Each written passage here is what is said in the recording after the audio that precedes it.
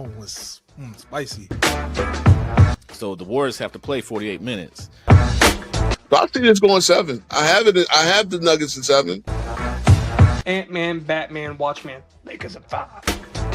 It's money time now.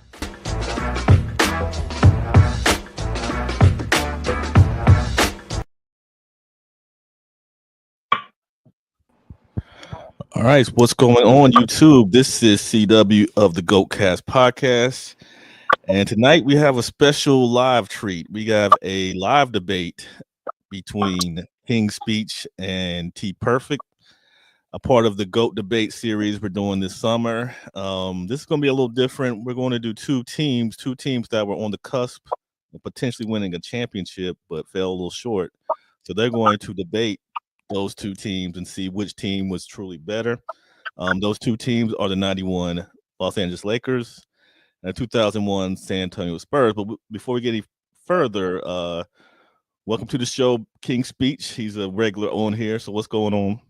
How you doing? How you guys doing?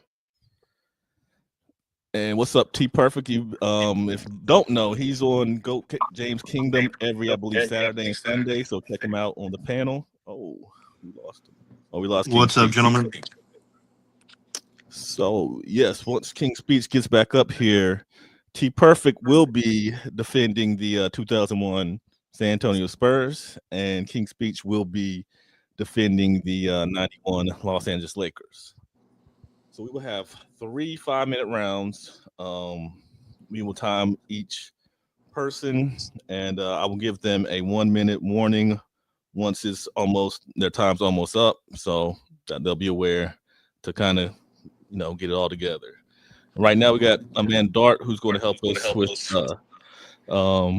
with judging, and I'll judge myself, and hopefully some people will come in from the chat, and you guys can definitely finish out the vote if it's a tie. So with that said, if everybody's ready, we can go ahead and start this debate up. All right. Are we ready, right? Okay. Yep. All right, so starting off. So my team is the 1991 Lakers. Their coach, obviously we know that they lost to the Bulls ultimately in the finals in 5 games. The Hold on, first real of Michael. Sure. Okay, let me get my timer ready. So okay, yeah. I was kind of going off the live clock right there. That's why. Okay. So let me know. Okay, yeah, I'm about to start. And I can already hear that you're ready. So I'm gonna drop off, and I'm gonna start for 5 minutes.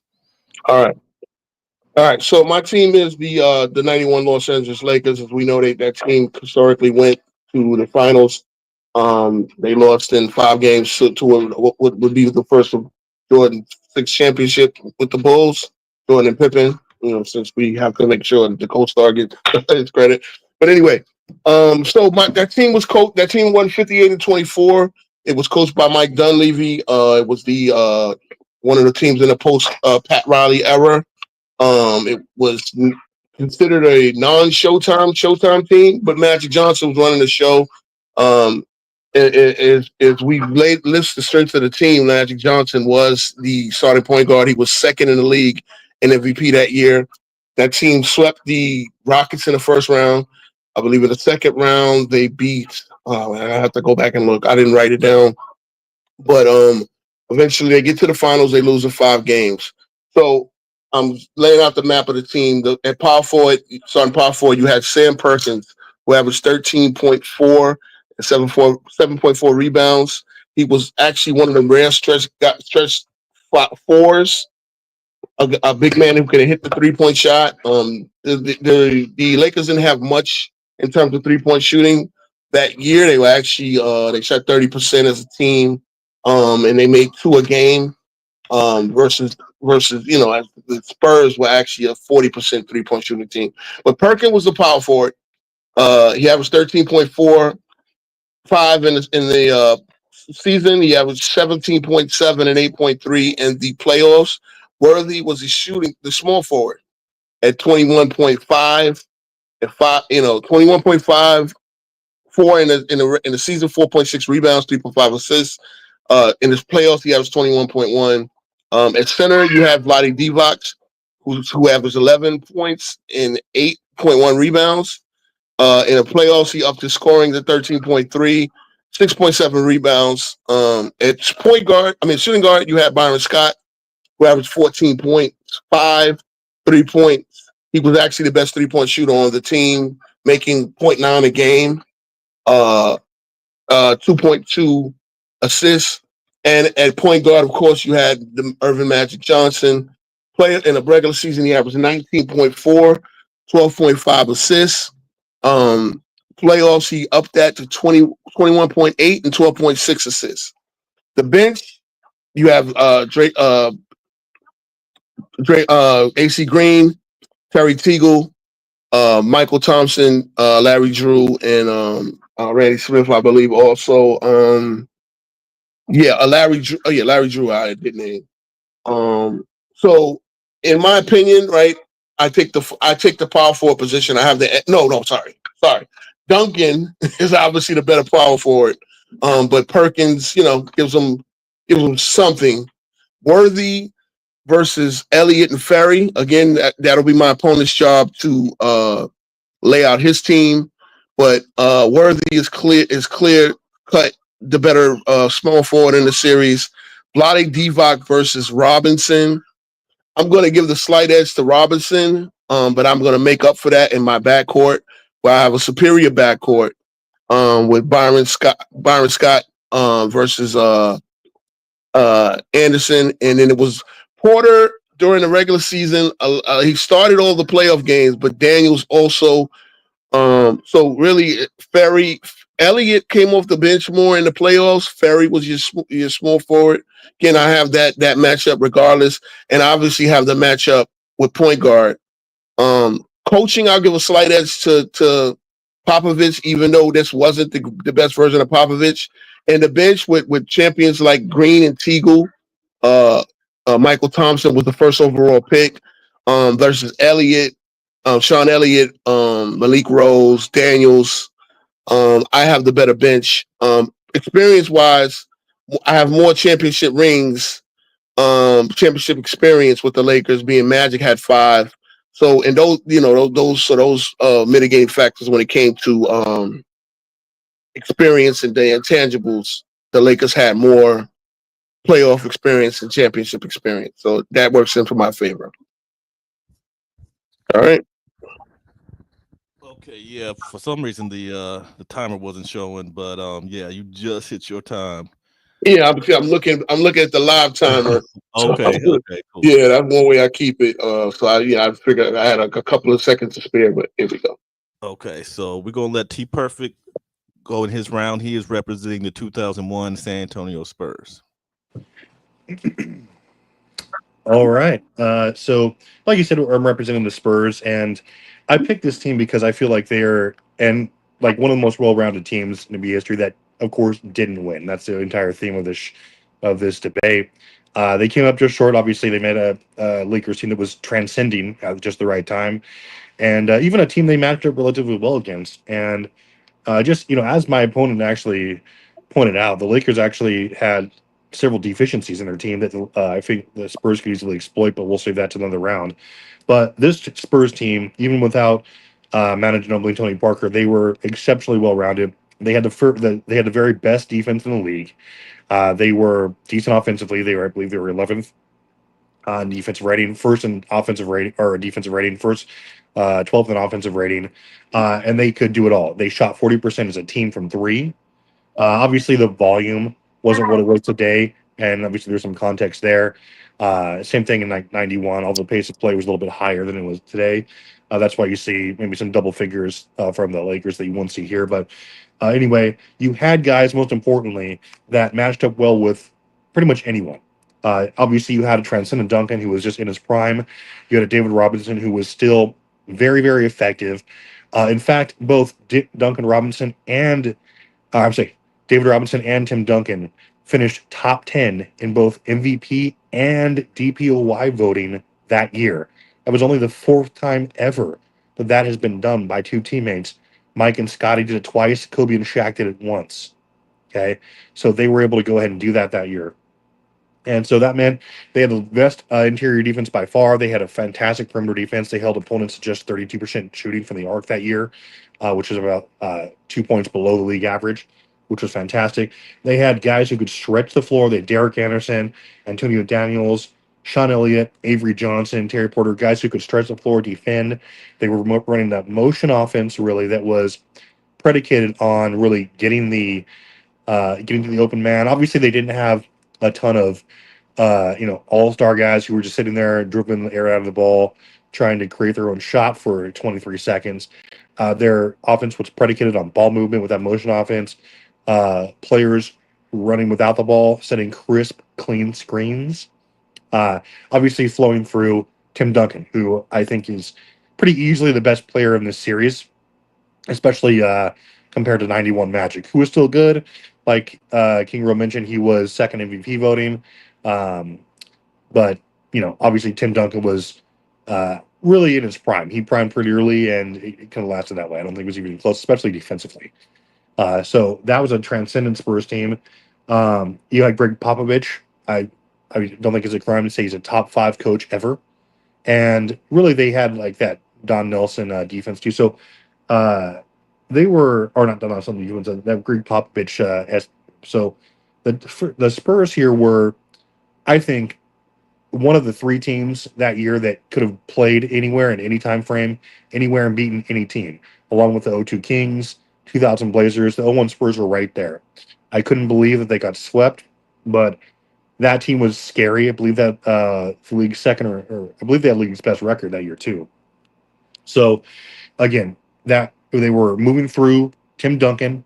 Again, he was demanded a double team on almost every single possession. David Robinson was still contributing offensively. He was still amazing defensively.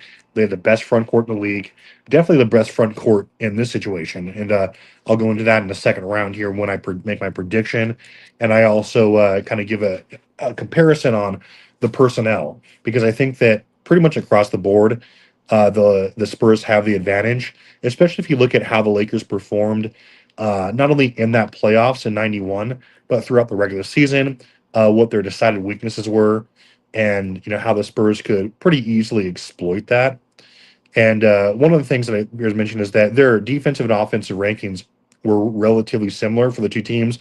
Obviously, it's different eras, relatively speaking. I mean, as far as ball movement, player possession, things like that. But I believe that the Spurs had the decided advantage. And top to bottom, I think they just had a superior roster. I don't think that's any knock on the Lakers, but they definitely weren't the same team they were in the Showtime Lakers. It wasn't a run and gun offense anymore. It was that stagnant half court look that really not a whole lot of teams had an answer for, or could exploit either. And that's how they got to the finals. But obviously, they were dispatched by a team that I believe was had a lot of similarities to the Spurs. And we'll go ahead and talk about that in the next round. Okay, you just made it with 2 seconds left. So that was round 1, you guys. They laid the foundation of both teams.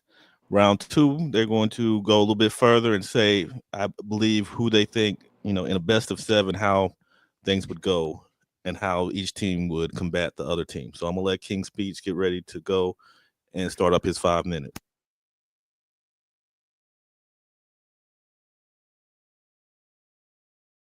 You lost my time. All right. All right. So obviously, and as my opponent illustrated, you have 2 of the best. You have a good front court. You have a good front court. Best in the league. I'm not sure with Sean Elliott and Danny Ferry basically manning that small forward position. I have a pretty good front court myself. I have 2 Hall of Famers and Vlade Divac, pretty good rim protector. But then I have Perkins, a guy who's known to be able to stretch the floor in his career, hit 18-footers, go out to the stretch out to the 3. I have big game James Worthy, a former Finals MVP. I got Vlade Divac who can hold his own with Robinson in any type of battle. Um, and I have so right there right off the bat, I realize you have 2 of the best rim protectors. I'm not attacking the rim. I'm actually going to have a more perimeter game. Then you have a guy like Magic Johnson who was a sturgeon. You got you got Magic, you got Porter, Daniels. Who's going to guard them? Are you going to throw Anderson? Who is the best perimeter defender on that team? That was one of the things that the '99 Knicks exploited and actually made those games close. Versus a pretty much similar roster, they use Spreewell in Houston. They use more of a perimeter attack. I want to maintain that the Knicks would have properly won that series if they had Patrick Ewing or a healthier Camby to basically mitigate the down low attack that Duncan. Again, they have to come into the teeth of our defense. They're not just gonna. They're obviously the best starting five is clearly the Lakers. The best bench. I have AC Green, the Iron Man, coming off the bench, who can score 10 and 6, 7. Terry Teagle was a 20-point scorer at one point in his career. Michael Thompson, again. I didn't even mention Eldon Campbell's on my bench. So I have a big man rotation that can definitely give the front court of Robinson and Duncan a run for their money. Again, as it historically played out, the Lakers lost in 5, but they had injuries to key guys Scott and Worthy. That's not going to happen in this series. I'm going to get 15, 16. I'm going to get 21 out of Big Game James. I got basically everybody in my starting lineup that can get 20 points. I can score all over the floor. Again, I'm not a 3-point shooting team. Obviously Byron Scott is a 3-point capable shooter, as is Perkins. Worthy could go out there. Magic can hit a couple of threes. I'm not going to the teeth of their defense, and I'm actually going to make Duncan and Robinson step out of the paint and go out on the perimeter more. Then I'm going to take advantage of an aging Porter and a less than experienced Daniels. There's no one to stop Magic Johnson from just basically exploiting their defense. He looks over everybody that you can throw at him. What are you going to throw at him? Sean Elliott? Again, Popovich is a great coach, but Dunleavy was no slouch. He's not Pat Riley, but guess what? He was given that team. And obviously historically because of Magic retiring, we never saw that Lakers team make. But even without Magic, Chanel 3 took over, and that team was able to make the playoffs for two seasons, I believe. 92 and 93, I believe they won the 93, I believe they won the playoffs. I will have to historically look at that. But again, my bench is superior. I got AC Green, Terry Teagle. Terry Teagle averaged 20 points a game in his career. There's a guy that, again, if I do have any injuries, I still can get 20 points out of the shooting guard position. So I'm jumping on the weaknesses again, and he did mention that that was the best defensive team in the league. But I was fifth. I was fifth offensively and fifth defensively in my season. And again, we needed that team needed a Herculean effort from Jordan. They were the 01 Spurs were blown out in the last 3 of those games. I believe if the 01 Lakers could do that, and the Lakers of 10 years prior could do something similar. I'm actually aiming to end this series in 5, and I think I get at least 2 of the first 3. 2 of the first 3, and then maybe they go 2-2. But I'm definitely gonna close out strong and win that series 4-2. Again, I'm looking. I just don't see the personnel. And, my opponent thinks that's a well-rounded Spurs team, and it was a pretty good Spurs team. They went for 58 games. Okay, that's time. Oh, is that time? Oh, okay, I saw the. All right, cool. All right. Okay, so that was King's Peak second round. We got TPerfect coming up for his second round for the 2001 San Antonio Spurs. All right. Kind of a lot to go over there, and a lot of stuff I want to get to from what my opponent said. A lot of it made me laugh, but we'll go ahead and cover this here. So I see the Spurs actually sweeping the Lakers. This was kind of one of the biggest mismatches that I've ever seen, especially if you actually know anything about that 91 Lakers team and what they were good at and what they weren't. And this is, you go through. I'm not going to say it was an overrated finals run, but when you actually look at who they beat, how they beat them, what their strengths were offensively and defensively that year, they play right into the Spurs' hands every single time. So, for example, they have The new obviously they weren't the running gun Lakers anymore, and I'm sorry, there's a lot of feedback, there. But anyway, the Mike Dunleavy brought a half court style offense to match their changing roster. Like my opponent mentioned, no more Kareem. They had a passes prime Byron Scott. Wasn't he was nowhere near what he was like, in the age there. I mean, they had guys like Vlade Divac, Sam Perkins, Terry Teagle. Obviously, these guys were okay. They could hit a jump shot, but they were, and again, they were okay defensively against guys who couldn't really challenge them. But you had some of the best centers who still ate against them. Like in that playoffs, you had Hakeem Olajuwon still ate them alive, averaging almost 60% shooting in the playoffs. They could easily get exploited and did by quick, elusive guards like the Michael Jordan, obviously, like Clyde Drexler, like Mitch Richmond, like Kevin Johnson, all these guys that they played who did very well because the Lakers' perimeter defense was almost non-existent. Magic Johnson was a cone by this point. Byron Scott was never really that good of a defender. He got exploited by guys like Tim Hardaway in the playoffs.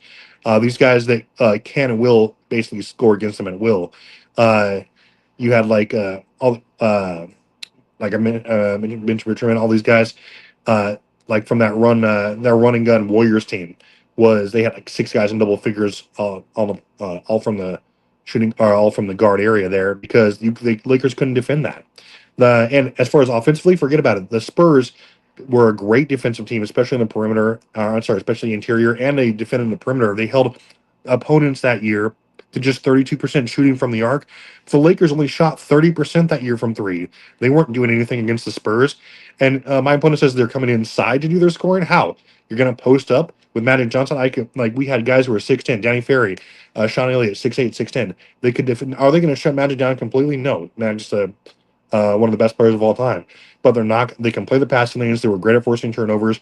They can get inside of his head, and no one's going to be. They don't have to double anyone. That's the thing. Tim Duncan not going to need any help. Neither is David Robinson. Neither is Derek Anderson. Who's going to be the mismatch? Sam Perkins on who?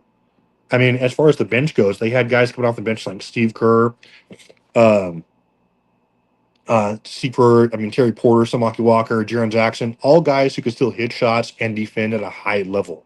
Okay. The Lakers aren't scoring on this team at all. I mean, you're going to have to try to post up with Magic Johnson, but again, they have the horses to defend them. No one's going to slow Tim Duncan or Dave Robinson down. Vlade Divac, Eldon Campbell played 9 minutes a game that year. Okay, he's not doing anything against them. He was 22. David Robinson was still relatively prime. He would still eat these guys alive. So, and say nothing to Tim Duncan.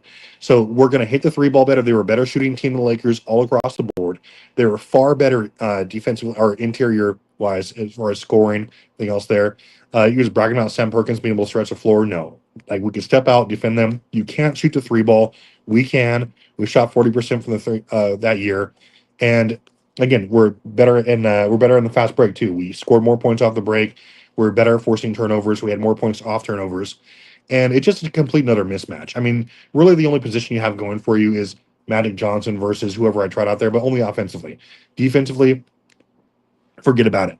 You can't tell me that you're going to be able to slow what I want to do down, especially with your your lack of perimeter defensive. Your strength defensively that year was on the interior, especially because there were a lack of dominant centers to take advantage of.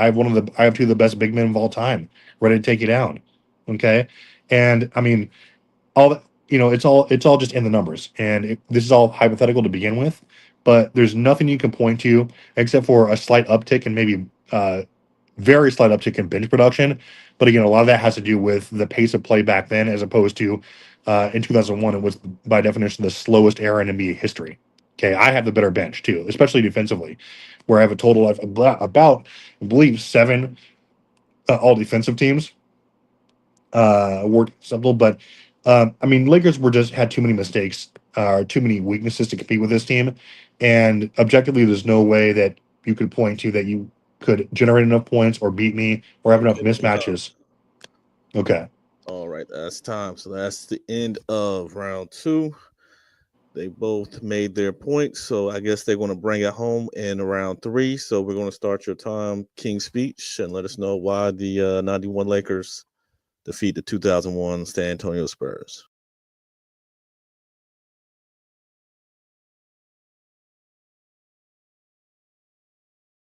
a couple of things that.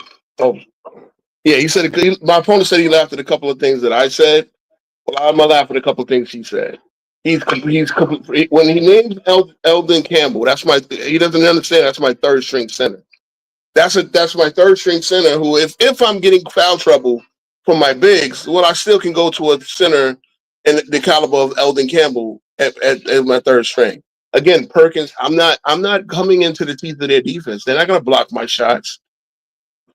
Okay, when he says who the Lakers beat, well, we swept the Rockets in the first round. Hakeem scored 22 points. He shot 57%, but he shot 22 points. 20 may score 22 points a game. Yes, okay, I can concede that we might not be the most strongest perimeter defense. But explain to me how Porter, Anderson, Antonio Daniels, explain to me how those guys are exploited. Avery Johnson, they're going to exploit me? No. The Spurs had a weak backcourt until they drafted Manu and Parker. There's no Manu and Parker on this team. I think that must be clearly noted. Second round, the Lakers scored 122 points against Run TMC. 122 points. They want that. This goes to show you that the Lakers could play a variety of styles. Because in the first round, they scored 90. They swept, and then Porter was really 10 years ago. Porter, the Lakers beat Porter. You're gonna tell me that they're gonna exploit me with an older 10 years Porter? The Lakers won that in 6. Again, 99. The score was 99-95 as far as average. Now again, Blazers were a great team. I'm trying to understand. I played Hall of Famers in every round. The Spurs were blown out by blown out. I mean, it was an embarrassment.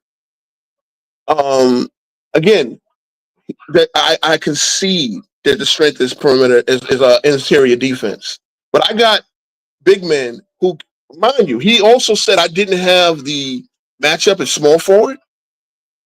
James Worthy versus Elliott and Ferry. I clearly have that matchup. I believe with Byron Scott, he's better than Anderson and anything else they could throw at shooting guard. Again, the Spurs did not have a strong enough perimeter. This is why Kobe were able to decimate them. And I'm going to decimate them with the experience of Magic and Scott. Teagle off the bench. Again, AC Green. The minutes that I'm getting from AC Green, you talk about a sweep. The sweep, I was actually trying to be respectful. But there's no way that the Spurs could even get there in 5. And I'm going to end it by game 5. I think there's a Duncan game where he's just too hard to deal with. But I'm going to adjust. I have Divac. I have Perkins. I have Thompson. I have Eldon Campbell. He's not gonna keep my front court to where I have nothing to guard him with. Robinson at this point is 14, 15 a game. He's not prime Robinson scoring 20, 30. And there's a reason for that. Yes, he's capable, but that back injury is slowing him down. There's no clear-cut second. I have 3 Hall of Famers close enough to their prime. And the numbers show it. He has 2, but Robinson clearly on a decline, clearly not being able to show he's playing 30 minutes. Again, where's the backup center? Malik Rose? I have AC Green. I clearly have the intangibles. I clearly have this matchup. Again, I could conceivably see a sweep, but I'm giving them Duncan, I'm giving him 1 game. Worthy, you talking about again? Either one of these guys can get 25 in any night. I can play at both paces. I can play at a high pace, which we showed against the Warriors. I can play at a slower pace, ground out pace, which we show against Portland. And again, the finals was very competitive. It might win 6 or 7. And again, I was also favorited against those Bulls. That was a great Bulls team. They won 60 games, right? I was favored against those Bulls because of the experience factor. My opponent doesn't realize I have the experience factor. This is what, 4th year Duncan? I have 11 year. I have a 5-time champion already. I have a Popovich who was admitted earlier, it was not the highest the best version of Popovich. Again, Okay, that's the league was that's not that's five. okay. That's my time. Yep, Yeah, that's your time. yeah. All right. So we're gonna let T Perfect have his rebuttal. All right. So again, just more comedy here. I mean, so I just want to round out here again. I'm confident this would go. This would be a sweep, if not just a 5-game series there. That's being generous. The Spurs held opponents to just 43% in the restricted area and 37% from 15 to 18 feet. You're not stretching the floor on me. No one's stretching the floor. Not Terry Teagle, not, they can step out on James Worthy. Will James Worthy be an issue? Sure. He was a great small forward. But again, I have the horses. I have guys who can defend like Antonio Danos. I have guys like Sean Elliott who can and have defended at high levels their entire careers. And again, you guys were a poor shooting team from that distance anyway. Your inside game is going to be non-existent. You even admitted this. Again, who's going to score me? You guys couldn't even really defend Horace Grant or Bill Winnington or Bill Carter, like any of these guys that were exploiting you in the '91 finals. Again, Pippen was scoring. Like, come on, Vlade Divac. You guys can maybe soak up fouls, but Tim Duncan's going to get his efficiently. So is David Robinson. Danny Ferry could stretch the floor. Again, I'll have all of my quick guards like Derek Anderson and Avery Johnson would and did give Magic Johnson and guys like Magic Johnson, huge guys who can't move their feet, fits, absolute fits. Okay. And again, I don't really need to double anyone outside of occasionally Magic Johnson in a mismatch because again, I have the guys to defend you. No one on your team scares me outside of, especially in ISO, outside of like, if James Worley gets incredibly hot. But that's not going to be enough to make up for your deficiencies from three and how much better I am, or my team is than yours at that area. How much better I am at you defensively in all the areas that matter across the board. We've went over the metrics. Okay. The biggest mismatch in this entire series, obviously, is going to be someone like Vlade Divac or Sam Perkins trying to hold their own against prime MVP Duncan. It's just not going to happen. Hell, David Robinson's production is going to go way up. Who's going to stop? Who's going to step to him? Your best defender, arguably Vlade Divac, is going to have to step on. Eldon Campbell might have to start for you to have a chance, especially with if I play uh, David Robinson heavier minutes than what he was accustomed to. And he can eat in the series as well. All my guys can hit shots. They can and did. They can stretch the floor. You're going to have to consistently double and triple team Duncan and Robinson. That's going to leave me with open shots all day from the perimeter. And I was an exceptionally I was a way better shooting team than you guys were, especially that year. When we were talking about victories over Terry Porter 10 years ago, that's not 10 years ago. That was a far better Laker team than what you had now. And again, that team, if anything, was wildly overrated. And like you even admitted, guys like Hakeem Olajuwon, all the guards that I mentioned, they ate and against Magic Johnson and Byron Scott, who were porous defensively almost their entire careers. You have no shot at defending me well enough to hold me to a point where your offense can somehow score against my defense on a consistent enough basis to make up for again all the holes you have in your Swiss cheese roster. Your bench isn't going to be able to help you because my bench is arguably better, especially defensively. And again, we're going to rotate. We're going to again, you can't close out fast enough. You don't have any guys like especially, I mean, Worthy, sure. I mean, he might be a problem, but again, I have the guys who can step up to him, who can get in his face, challenge shots, and he's not going to score inside. You're going to have to try to make your living from between 14 to 16 feet. Not going to happen, especially compared to when I'm getting efficient inside shots all day and wide open three balls. So, I mean, I really don't see how the Lakers can even get a gang here unless I just get incredibly sloppy with the ball and turn it over, which I don't see happening because we were really great in that area too. We were third in the league at turnover in fewest turnovers, and we were one of the best in the league at turning it over as far as our opponents go. So, I mean, we all the numbers favor the Spurs. The matchups favor the Spurs. Really, again, the only thing you have going for you is, if Magic Johnson somehow, gets a mismatch here and there in ISO play, but he's not going to do enough to basically raise all the ships that you need to beat me, especially with my advantages all across the board. And I mean, I don't care how many guys you get to bring in off the bench as far as center position goes.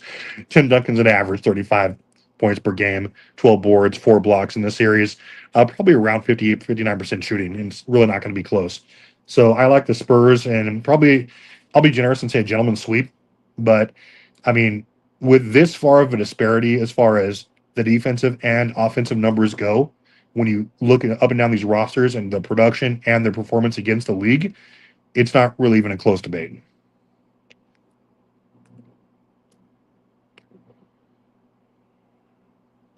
I'm not sure how much time I have left.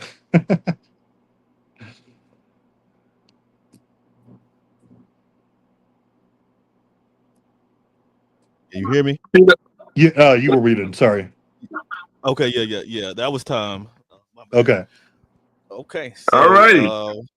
While the judges, come up with their decisions, you guys can plug anything you guys want to plug. All right. I don't know if Johnny's still here in the chat, but me and him have a date on Tuesday. I did send out an invite to Lamont for Thursday because I would like JB to be on that show. But Johnny, I did send out the invite. I don't know, he hasn't responded to me yet. I'm actually going to send it to him official on Facebook. But he did tell me when I told him on live he would be on the 10 Toes Down podcast tomorrow.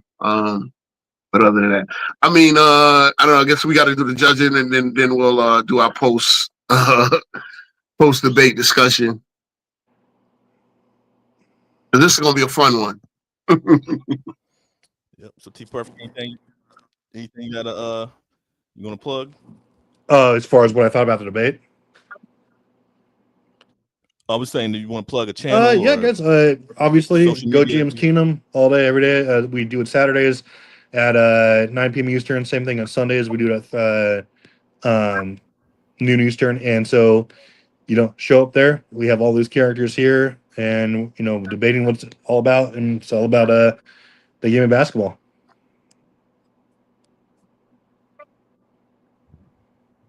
All right. Well, I'm gonna bring up one of our judges, Dart. If you're ready, you can give your judgment. I'm ready. Travis forgot to mention lights out debates where we don't have a catchphrase yet. We will. Yeah, we've been doing that for the last month, just where we debate each other on Michael Jordan fans with best. So that's a side part. So I just want to preface this. I really can't stand this type of debate because there's no kind of context where you can actually make the claim that one team is going to beat the other in respect to who's better. I think it's a better argument to say what team is greater for reasons. So I just want to preface that I'm a little against this whole thing at first. So if I sound a little negative, it's because I just am towards this situation. So, Okay. In the first round, King Row, I felt like you listed a bunch of stats and didn't really say, so what? Why do these stats matter? And the thing that I thought really stood out during the first round is you talked about the championship experience and intangibles of those LA Lakers, which I think is a fantastic point to bring up. So in contrast, TPerfect, I felt said more of the so whats and why these players are better, not just listing stats, and then talk more so how they were better. So I gave TPerfect that first round. I really just heard a lot of just numbers and not why these numbers are important. So I felt TPerfect explained more so that. For round two, King Rowe, you brought up how James Worthy was a great player and that Vlade Divac was great in the front court. You said they would have had a more effective perimeter attack than the Spurs, and that's what they would have leaned on. You said Magic would have done very well against him due to his size, I guess, over Avery Johnson. You claimed that the LA Lakers bench was superior, and you said that they would win 4-1 or 4-2, but you really didn't say why or how. So it was kind of up in the air. You just kind of said it. There's no evidence-based claim. TPerfect, he claims the sweep, but he doesn't really say how entirely. So, but he just flips it and says, "Well, we'd sweep them." he then brings up how the Lakers were exploited by Hakeem Olajuwon and elusive guards. How they were exploited during that time. He used examples with 3-point percentages for 3-pointers. He claimed that Duncan and Robinson were better, and that the Spurs had better 3-point shooters and interior scorers. Also claims better defense on the bench because of the more all-defensive teams. So really, again, because I think that TPerfect brought more evidence to his claims, I would have gave it to TPerfect. And this is not to say that you're wrong, King Speech. I just didn't see the evidence behind it, so I can't give you the round because there's no you lacked giving the evidence. In the third round, I think this is where both of you brought the most. I guess you could call it not entirely evidence-based claims, but it was more specific. So, King Row, you brought up Elvin Campbell being a third string center. That your team wasn't going to attack the interior defense. That they beat the Rockets. You said they drafted Manu because Porter Anderson, Daniels, and Johnson were weak. They beat Run DMC, showing their versatility, how they played. They played Hall of Famers every round to get to the finals. The Spurs didn't make the finals, which was a fantastic point in respect to, at least against their contemporaries. Worthy versus Elliott and Jerry, that he would have done better. You didn't really explain why. You brought up Robinson's points per game and that his back injury was slowing him down. And then you said that team had 3 Hall of Famers in their prime, 2 on the Spurs with Robinson downgrading. You reiterated the experience factor. So I thought this was your strongest round. TPerfect brought some more evidence in respect to why they held their opponents to a certain amount of points in the restricted zone. The Lakers had poor shooting and they can't attack inside. That's what he said. I don't remember if there's evidence to it. You said Divac trying to hold their own against Duncan and Robinson, double or triple team Duncan. That's what they would have done to stop them. Better efficiency. You talked about numbers, turnover percentage. You talked about numbers and evidence, and then Tim Duncan will dominate why. You just kind of said it, but I think you were kind of falling back on it. I think this was the closest one. I think it could have gone either way. So I'll give it because it was such a dramatic shift to King Row, but I think in totality, I think TPerfect won this match. Well, keep in mind now, I'm using a 91 team, so I don't have shooting stats. Where in 01 you have shooting stats, and that's why you're right when you said at the beginning it's hard to do these type of debates. I mean, I thought that the Worthy situation over Ferry and Elliott, Elliott was completely washed at this point. He averaged 7 points. Worthy averaged 21.4. So I thought that was but when you TPerfect does have the more advanced stats at his, because in 96 they started keeping more advanced stats. Where I don't have where the Lakers, pretty much I have to go by memory where the Lakers actually shot. And again, we're a mid-range shooting team, right? The Lakers only made 2 threes a game, but the Spurs made 5 threes. So that 3-point advantage isn't as great as you might, expect. But that, I just wanted to throw that in there. That's why I wasn't able to come up with as much evidence as far as like he did with where were they great defensively, where they shot offensively, because I don't have the shooting stats. I really have to go off memory, knowing that Worthy. Oh, those are all in Basketball Reference, my guy. I looked them up literally an hour before for both teams.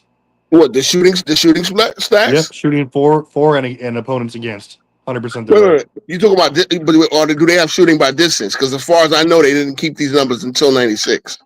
Yeah, they have the all right, the distance there.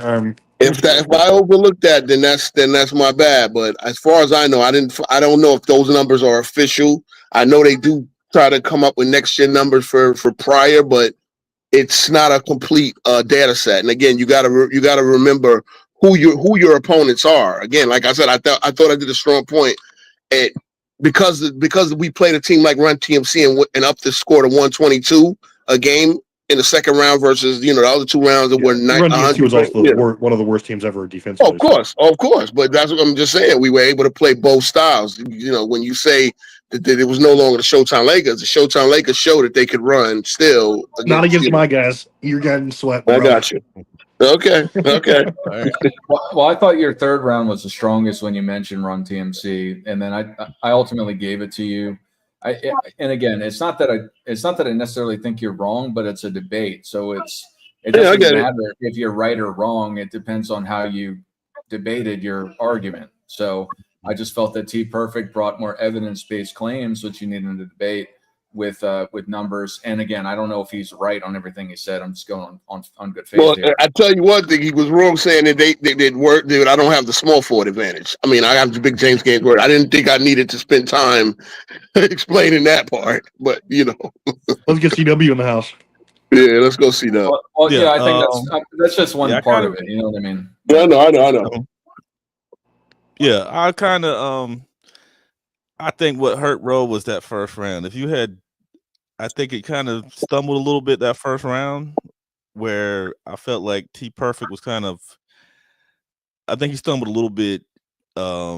Second round and third round. I mean, Dart pretty much laid out a lot of it. And I think what really helped TPerfect was those numbers, the statistics, because it paints a picture of what they're able to do in the game. We all know those teams, but if I was judging this based on not knowing anything about these teams, then yeah, him talking about the 40% from 3 and things of that nature, some of Duncan's information, I just think that kind of helped his claim. But I think if you had just brought it a little more in that first round, I know you kind of, it's kind of hard to get. Yeah, because you're laying out the team. You're laying out who you're introducing the team, right? You're like it's like introducing the starting lineup. Okay, so and so, and I put their numbers. Obviously, I got the numbers on the starters. I didn't write the numbers down for the Spurs starters, but I named the numbers and show what they did during the season and playoffs. As some evidence, but again, Yeah, and like I said, I just think that was the one round where he kind of really outshined you a little bit. So I'm gonna say TPerfect. I think he won the first 2 rounds, and you definitely, to me, won the last round. I think TPerfect. I'm not gonna say he got a little confident in that round, but I think he stumbled a little bit where I think you beat him that round pretty much, in my opinion. But I think he got you 2-1. But good start to a tough kind of debate, just talking teams, I really think. Yeah, and again, this is we're kind of breaking ground here, right? I guess a lot of people, knowing this is kind of tough to lay out, probably not going to want to do it. I guess maybe we have to kind of tinker with it. But again, I thought it was definitely interesting and challenging. See, that's the thing. I think I want to challenge myself in these debates because you can go player for player, and it's just obviously you're just listing accolades, you're listing things like that, and certain things. But I wanted to do a team because I like when I look at basketball, I look at from a team perspective. The game is never played 1-on-1; it's always played 5-on-5.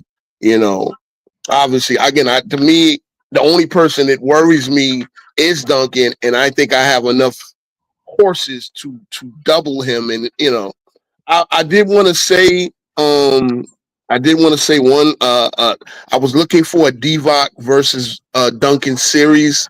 They never played in a playoff. So like later on, like Sacramento, they never played. I did have one evidence of Divock playing Robinson his MVP year in 95. Obviously the Spurs won that in 6. Robinson averaged 30. So the idea that Duncan would average 35, I mean, easy. I don't think Duncan was a go for 35 type guy, and while Robinson was. I mean, wait a minute. Vlade Divac, are we not understanding that Vlade Divac was a damn good defensive center? He was okay, dude. Like his strength was passing. Yeah, but I mean, you're not gonna just You're not just gonna cook them for Yeah, we are. 35. We're Like cooking 'em. I don't We're think cooking 'em. Duncan has the 35 points, 35 point series in his career, and he's gonna do it on Divac, at least a solid center. But I'm you the know, coach. I'm telling him to. okay, I got you. And then again, I'm just gonna eat with other guys. I'm gonna double enough with Perkins. I'm gonna. Perkins isn't going to do shit, dude. What's he like? 6'8"? He's 6'9". He's 6'9". He's a solid rebounder. David Robinson was like just 2 years removed from his prime. And he's still averaging like 18 points a game against some of the best centers. He's not going to have that problem with the Lakers. Well, Who's gonna stand in front of him? he averaged 14 and he averaged 16 in the play. He went 16 and 11 in the playoffs, which is great. But again, this is not the roll it out, drop 30 on you, Duncan Robinson. And again, like I said, I think I have going to break Magic Johnson's ankles every single time. I'm going to guard him with Scott. I'm going to guard him with. I'm going to bring. And again, here's the thing: you completely disregarded AC Green. The 25 minutes that I'm getting from AC Green, bro. He's not going to do anything. We're going to ask the chat. Who do you think won? We're going to go to them now to, we're going to let them voice their opinions. Yeah. I just want to reiterate something. Is that I don't remember you saying that King's speech, and if you did, I don't remember about having Green playing 25 minutes a game, because this is hypothetical. So, like, I just I got you. I just want to re-preface this. To me, this is not a debate. This is an argument. This is like barbershop. Let me yell at you. I think this guy's better, because there's no evidence. They didn't play against each other. So I know you really just like, you can't just say this guy played this long or this many minutes and that's why he's going to win. If you're going to make it a debate style, you definitely have to bring evidence-based claims, period. I don't like this style. Yeah, it's hard. You know what it is? It's hard. I think we need to remove time limits, maybe. And again, you don't want it to go that long. You know what I'm saying? Because then you would have to, because it's like I would say the AC Green point. He played 21 minutes in the playoffs. So I'm getting solid 21 minutes. Again, I have to bring that up. And again, it's not the judge's job to look up my stats. You know what I'm saying? So yeah, I mean, again, I'm just saying I get more. I think when I said I laid out to having a better bench, I named the names. I named some, various stats and positions on the roster.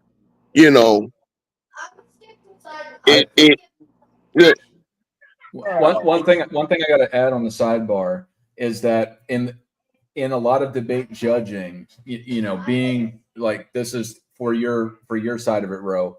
TPerfect was saying I'm laughing at this. That would deduct points. So like, saying that kind of stuff is not good in a formal debate. So him saying that kind of stuff is really attacking. It's not really debating your argument. He's really just saying that it's not talk. You're not debating at that point. So that's one thing I thought you did better than TPerfect vastly, because I think he led round 2 and 3 saying, this is laughable or whatever. Yeah. So and my thing is too, right? The thing that I'm trying to get out of this debate is almost like I'm putting myself in Dunleavy's shoes and he's putting himself in Popovich's shoes, right? So he has to tell me how he's going to attack me. And he did a lot of, his evidence-based claim was based on how they attacked that certain league, not the Lakers specifically.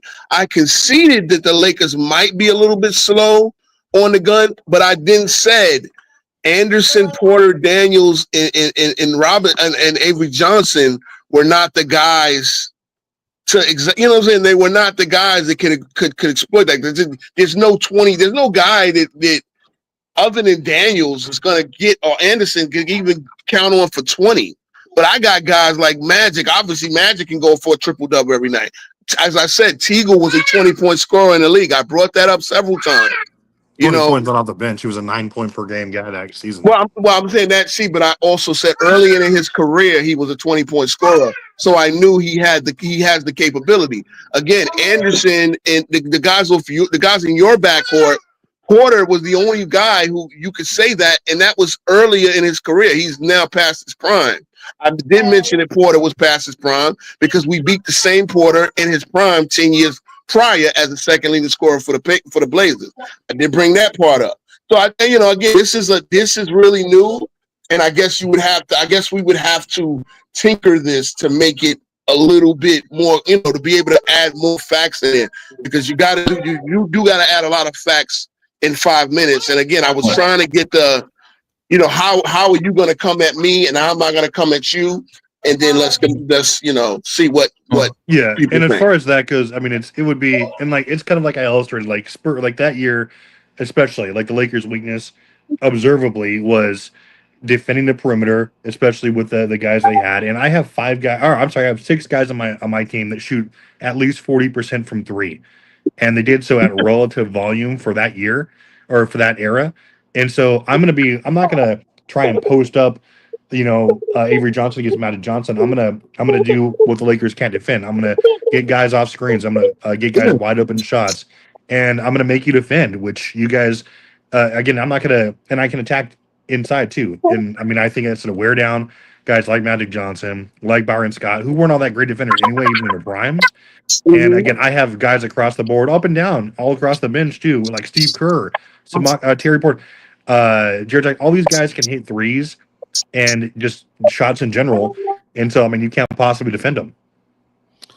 I just want to reiterate one thing on this, is that like it's all BS, because you're trying to take two teams that played in two different time periods, often not against the same people. Like it's a better argument to say who's greater, where you're not saying who would win, because there's so, like, especially with a team, let alone a player. A player's hard enough to do. A team is a whole nother story. Yeah. Like it's not. You're just arguing at this point. You're just yelling at each other, which is fine. It's entertaining in its own way, but you can't. You got to let people. If you're gonna do it, you should have it be. Again, I'm not a fan of it personally, but it's more entertaining and has more value if you're just yelling at each other about it. Because otherwise, it makes it probably is a yelling at each other type of debate, right? Yeah, I got a quick suggestion. Sure. If we do teams, what I think would help is maybe you introduce the team round 1, round 2, you kind of tell us what's the style of those teams, like what they did well, what they didn't do well. And I think the third round, that's where then we play out the series. Like it's almost it's almost like you're setting it up, then you want to simulate it, right? Yeah. And again, I think one point that I made, right? He makes the backcourt point, right? So in my backcourt, I played Kenny Smith and Maxwell, right? So again, I could concede that we were a little weak defensively, but then I played Kenny Smith and Maxwell. Then I played in the second round, I played Tim Hardaway and Richmond. And then in the third round, I played Porter and Drexler, and I won every series. So right there, I think that right there, I tried to bring that up to point the fact that, okay, my weakness, obviously those 3 backcourts are better than the Spurs backcourt of 01. That was conceivably their weakness. You understand what I'm saying? So if he's if stronger backcourts couldn't beat me, then how can he make the point that a weaker backcourt in 01 in a different era, of course, but how that backcourt, in my opinion, was laughably weak. And again, like you said, he's bringing up I just think like, okay, yeah, you're going off, you're positive. You're going to try to attack me with a weaker backcourt that even if you had the hindsight of knowing that that the stronger backcourts, I beat them. Like nobody took me to Game 7, and obviously, the finals being the finals, I believe the greatest of all time. But yeah, most of those teams, really the only thing they had were those. That's not fair. I mean, they had Akeem in the front court, Akeem and Otis Thorpe in the first round. We swept the team. And all those teams, like you guys, beat them by basically they really couldn't defend your strengths, which were the post ups, which were getting guys inside. James Worthy. I have the horses to do all that. I mean, like Jared said, this is completely hypothetical. And again, it's challenging. I just think the Spurs' weaknesses or strengths far outweigh the Lakers, and so I think I made a great point of that. And I'm thankful, gentlemen, for the W, and I'll take this and move along. Well, we do have a fan vote, so don't count your. We'll do a poll after fact, but yeah. Yeah, Wooter said he doesn't know who to pick, so he doesn't. He's Yeah, Come I on, mean, come on, Woody. this is fun. We're gonna take. I just really think again he gets a W, but like I said, he said he's gonna attack my backcourt when I play stronger backcourts. Easy. Yeah, and they ate you alive. I mean, but they lost. Not because of their And you performance, dude. and you again, you got destroyed by the Lakers. But again, this is how we go. This is how it is. It was fun for me, regardless of the fact if it wasn't the most perfect format to do. It was fun. Imagining it out. It was actually a challenge. So yeah. Yeah, for the first of something. Yeah, I'm just so, yeah. Old ass Terry Porter is the one that's going to exploit me when young Terry Porter couldn't do it. I mean, he can hit shots. I don't need him to be when you have superheroes on your team. But see, and that's the thing. I think, and that's the thing is like I have shot. I think I've made the point that I have shot makers. I have 5 shot makers in my starting lineup. Then I have guys that can make plays again. I did give you credit for Malik Rose, a scrapper, but AC Green. Again, he's another guy. And then again, I have the best. See, that's the thing. And we really got to have a Magic debate because the idea that Magic wouldn't surgically dissect any team that he's playing against, I think you completely discounted Magic's playmaking. And that's the what puts me over the top. If you say you have the best player in the series, okay, maybe I can conceive that. But I think what Magic can do, you have nobody to stop what Magic can do. And I have guys that can at least get in Duncan's way. I mean, again, the Knicks took a game with Chris Dudley guarding those two. Oh, but no, I mean, there's no Magic. Go ahead. It's nice conjecture, but like I said, that the numbers speak for themselves. I don't have to worry about the 3-point line at all. I mean, my guys, the Spurs were 5 threes. The Spurs you making 40% clip, but you make 5 threes. The Lakers Lakers shot 30% from the season. Like they're, I don't have to worry about it's not obviously in that era. Again, 3-point shot was rarely used. Like the only guy that really scares me offensively, like to take over, is like James Worthy. But I have guys that could way easier defend him than you could defend Duncan. I'm not really worried about Magic's playmaking because I don't have to double him, and I'm not like my guys are going to stay home. They're all quick. Who's going to get open? Byron Scott? Come on, like it's going to be. Magic is going to pass you open again. I think you're not realizing that he's already a 5-time champion. You got guys that's the other thing. Experience. Look who the Lakers lost to. Like, look how they lost to the Bulls. They lost because Magic Johnson had a great series that series. Like he had his numbers. He had almost a triple double. He was passing guys. They lost because not only, and this is before Worthy got hurt. Right? Mm-hmm. They lost because the Bulls were actually feasting not only off Michael Jordan yet, but Michael Jordan was feasting, so was Scottie Pippen. The Bulls weren't getting shut down inside either. Like they were hitting shots, they were out rebounding the Lakers. Yeah, they also had a Magic Johnson. I mean a Michael Jordan. Yeah. Who the only person in finals history to get 30 points and 11 assists. No, think about that. The only 30 and 11, and that's what it took. That's what it took. Guys like John Paxson were eating you too. Like you guys. Okay, what did Paxson score? Because you can say that. You see, again, I do things like that, and I get penalized. But if you got to tell me how much Paxson ate in that series. I guarantee you, he probably shot. I've looked up the numbers right now. He shot, but how much did he score? He shot. How did he score? Shot a percentage, but how did he score? Let's take a look here. This is the barbershop talk part of obviously the debate is over, but this is the barbershop talk part. Because we gotta have this out. I'm gonna look at the numbers. Again, that's not my strength of looking at numbers and bringing it to debates. I try to bring talking points and then and that's probably my weakness in doing debates, but let me see. John Paxson scored 13 in the finals. He actually, he shot a hell of a percentage. And that's based off Michael's record-setting playmaker. Again, no one has ever done 30 and 10 in the finals. 30 and 10 assists in the finals. And that's still a record. That's why Mike's incredible. So yeah, and again, it's going to take incredible, not Anderson, Porter, and Daniels. That's my again. You had incredible with Run TMC.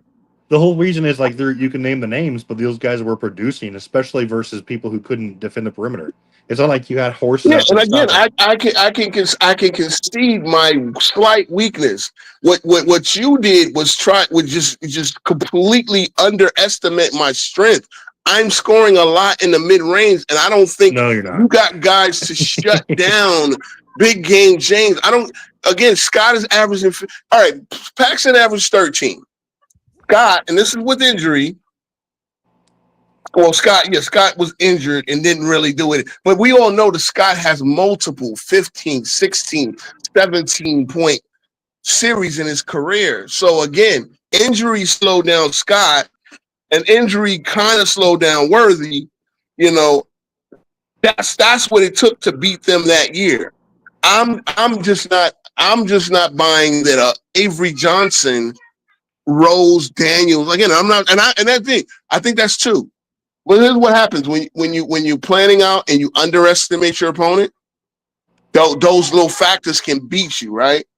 I think in your argument, you underestimated a lot of what the Lakers did because, again, the Lakers formula had proven at least 3 of the core players on that team had 3 rings, multiple rings. And that's something that, again, I gave you your championship experience. You had one from Elliott, Robinson, Duncan. I believe Ferry was on the team. Porter and Daniels wasn't. Now, Porter had many, many run-ins with the Lakers, right? Porter had many, many runs with the Lakers. Porter wasn't exactly a Laker master, and he's not going to be at age 34, whatever he was in that 2001 season. He might have been older than that. I think he was 35. So again, and again, it's one thing. You also said that the Magic was out of his prime. That's a misnomer that people generally accept. He's out of his prime, but he's as you did mention, he was second in MVP voting. That means at worst, he's the second best player in the league. Duncan was not. I don't believe Duncan was second in MVP that year. Maybe he was second MVP. That year. He was. Okay, all right. So we're even right there. But again, then I have Big Game James, who was a 3-time champion, former Finals MVP. Right. I can give you Robinson, but again, this is not Robinson of the value. This is a slower down. I said right off the bat, you have the best. You have 5 blocks a game from your 4 and 5. That's what the Twin Towers give you. You know what I'm saying? But I'm not going to attack you inside with Worthy and Divac. You're not going to beat me shooting jumpers either, dude. Like you just can't do it. Yeah, I am. I think you forget to realize, right? If you're gonna sit there and tell me that Michael getting his 11 assists beat me, I can get 13, 14, 15 assists. Magic, and that's what that's what I really wanted. I didn't want to make it a Magic versus Duncan thing, but we're gonna have to do Magic versus Duncan. Because Magic, that's easy work. Easy work. Yeah, I know it's easy work, and because you do not understand the surgeon that Irvin Magic Johnson was. Well, here's the thing. CW. Yeah. This is what I'll tell you because I got to get out of here. Yeah, no problem. I'm full. I'm full off of this glorious win. Now I'm 2-0 against King's Speech. Happy to make it 3-0 anytime you want. CW. So. If we want to do, hell, give me any top 10 player versus Magic, and I will debate that into the wall. Like, it's not about what you believe, it's what you can argue. And I just don't think I'll lose against Magic Johnson versus, hell, anyone, dude. Anyone top 10. Not any player ever, but top 10. Like, if you want Duncan, I'll give you some Duncan. Whoever else you want, dude. Especially I'll give it, like, Jordan or LeBron. It doesn't really matter. But Hakeem, Shaq. I see. This is the thing. Magic wasn't the same guy, but he was second in MVP voting. So, you fell off to the second best player in the league. What are we doing here? I This is mean, his numbers were pedestrian compared to what they were before. okay. So he has pedestrian numbers, yet is still widely looked at as the second best player in the league, and the first best player was the GOAT entering his prime, winning a Super Saiyan mode. This is. I think it's some things, and again, it's like, okay, right. You make a debate, and I'm gonna respect your time. If you gotta go, you gotta go. But I'm a ramble because This is one thing I want to do with you. Go ahead. How about next week? Because I really want to lay this Magic Johnson thing you got going on to rest. Give me any player you want, top 10, and I will crush Magic Johnson with him. Go ahead. Okay, cool. Name him right now, and I'll. The reason prepare. why Magic was once my GOAT, one of the things that I always said, the reason why Magic was once my GOAT, he never lost. He never had a losing team. He never had close to a losing team at any level. His overall, and he had the best team in history for like the majority of his career. Did he have it at Michigan State? Because I just said it at any level. So hold on. You said you're going to take any top 10 player. Any top 10 player. Any top 10 players. Give it to me now, and I will debate Magic. Bruh, I didn't like Kobe, and I've been going to FYF and Go James Kingdom and riding for Kobe. I love the fuck out of Magic, and I am going to ride for my dog. He's the reason why I love basketball. And I don't really want to do Kobe because I've already debated Kobe like 3 times. Yeah. If you want Kobe again, matter of fact, you already doing Hakeem. Maybe you need to pick another one from your top 10. Okay. What about I could do Shaq? I could do. Please do Shaq. Please do Shaq. Magic. You want Shaq? Please do Shaq. No. Please do Shaq. Please do Shaq. Because I think again, this is not I think we need to understand it's not a one-on-one debate type of thing. Obviously, we know Shaq. What is Magic doing against Shaq in a one-on-one? Well, no, it's not one-on-one. It's who's the greater player with a better career, easily Shaq. And I'm going to take the guy that in 13 years won more rings. Fine. Won more MVPs. That's one more. Yeah. I mean, never had a losing season. He got swept like Magic, like Shaq did. But the triumph, again, a lot better.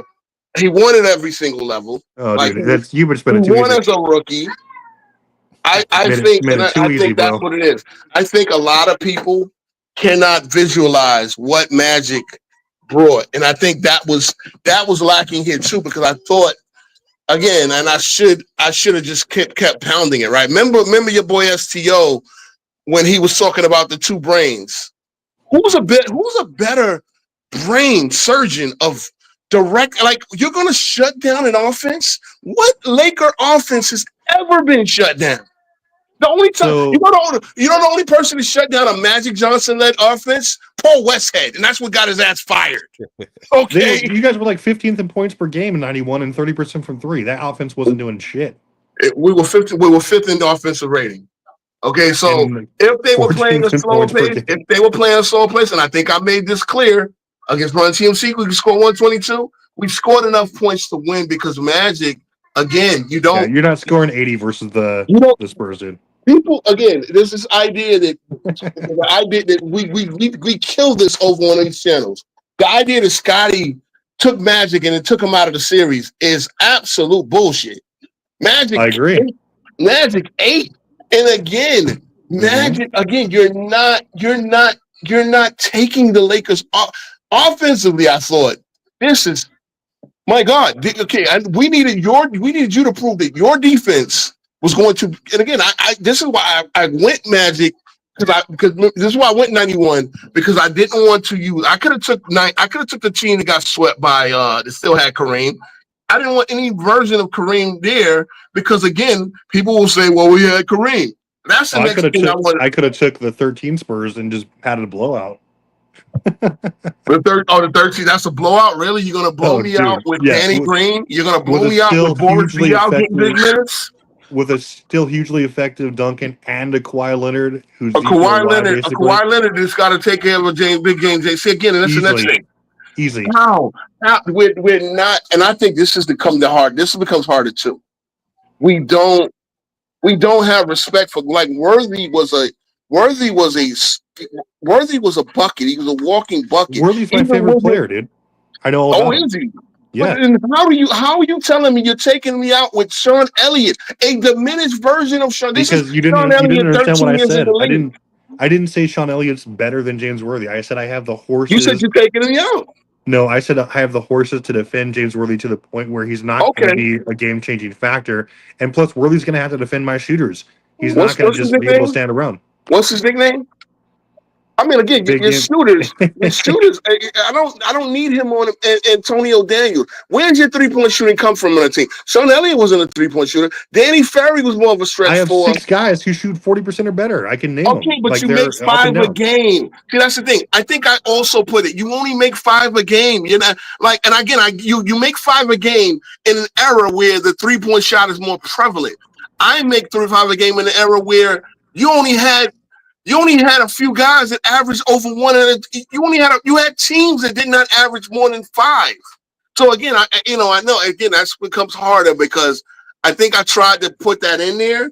That yes, I was a poor 3-point shooting team, but I'm only taking 10 threes a game. You're only taking 15. And you're forgetting that like teams adjust to their if we're scouting each other out, I'm going to realize, hey, this might be good to be able to exploit their non-existent perimeter defense. Okay, my 5 makes per game is going to balloon. My 13 attempts per game is probably going to go up to 20.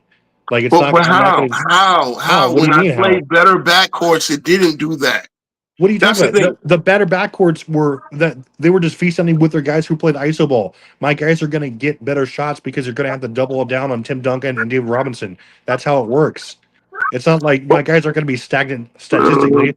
They're all gonna be able to like they're gonna have way more open shots against anyone, especially again.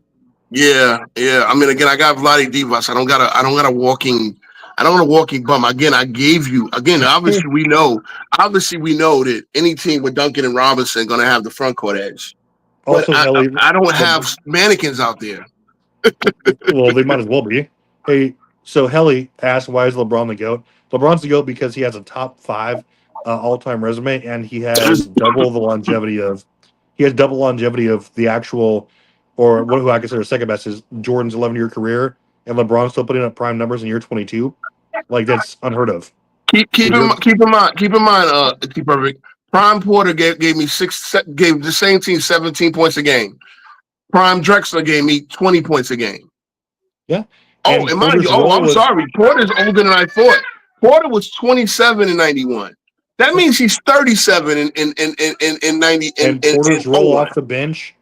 He's not starting anymore. He played 80 games for me. But then you dismissed Terry Teagle off my bench. And actually, Porter started the majority of games. Hold on, Porter started the majority of games in the regular season, I believe. I looked that up. Yeah, he did. He played 80 games, and no, he didn't start. He started. Hold on. Sorry, no. It was I got it the other way. No, yeah, he started 42. He started 42 in the season. And he's shooting 42% from 3. And he started every game in the playoffs. So this is 37-year-old Porter starting every game in the playoffs. Again, in the playoffs, he averaged 8.3 and 3.4. So when you say he's going to tear me up, you have to do it at a higher volume. Again, 10 years prior. What happened? 10 years prior. Hold on. 10 years prior, if I go to 91, he actually had less volume. He averaged 18 for the playoffs. He averaged 17 against the Lakers. Again, I think the idea, and I conceded a little bit of a weakness. You're talking to random matchups that wouldn't matter, dude. Well, see, again, we see that thing, and that's the thing. We only continue to talk this because we gotta. If we're gonna do this type of debate again, we gotta lay out the groundwork. We don't have to talk about it until matter because we're trying to. Okay, I think, and again, Dart might have a point to prove which team was greater and which team probably would win a championship in a different. But I thought it's like, okay, put the matchups out there and go. I just think it's flawed to say a 37-year-old Terry Porter who scored 8 points a game in his playoff run is because this is the reason why Kobe had such an easy time. If Kobe is looking at Terry Porter on the other 37-year-old Terry Porter, again, I beat the prime Terry Porter. Clyde averaged 21. Again, I can see if Clyde averaged 35, then your Lakers defensive woes in the backcourt is going to come back to bite me. But he averaged 20. And my bench is way better. My bench is really good defensively. I have Steve Kerr on the bench. I have Malik Rose. I have Sean Elliott, who can still fill it up. Avery Johnson would be a handful. He still was. I have Samaki Walker, who can defensively big you have. Yeah. Defensively, Malik Rose and Samaki Walker would shut down any big you have. You talk about shooting jumpers. That's the only way that you're going to be able to score. Malik Rose is 6'6". He's not Yeah, he shutting was one down of the Elden best. Campbell and AC Green.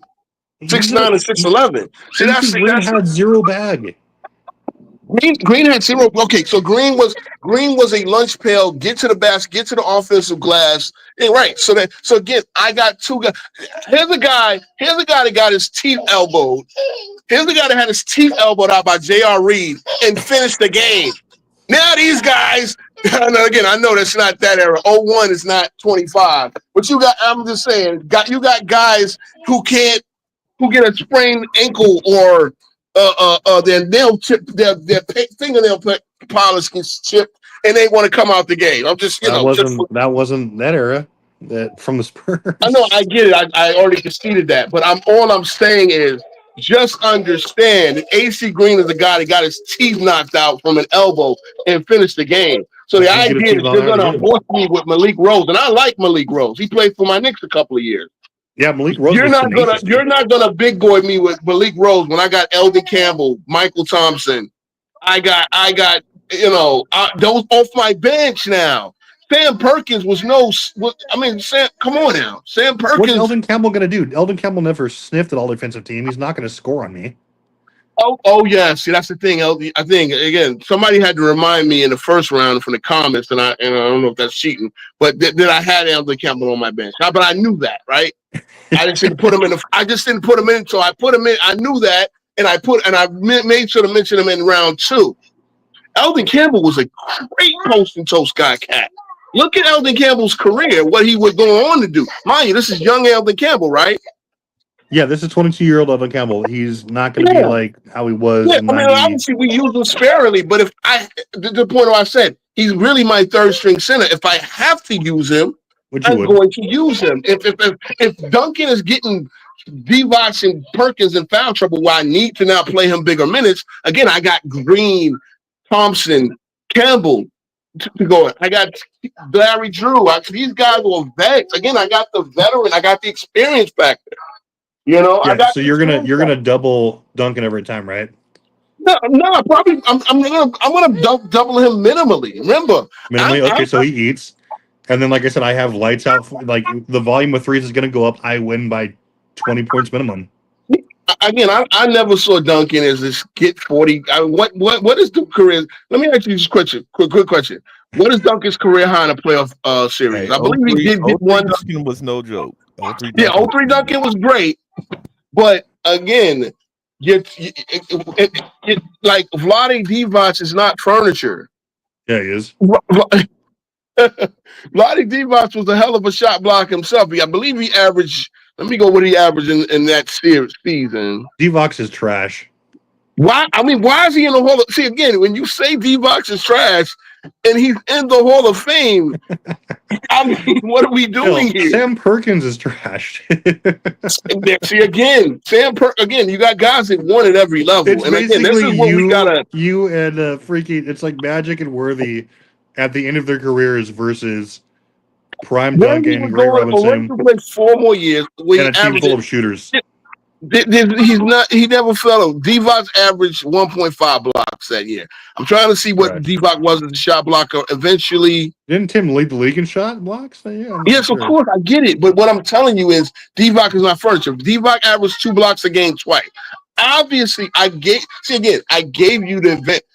There's one thing I also remember too. I did mention this, that the Bulls, the Lakers were picked over the Bulls.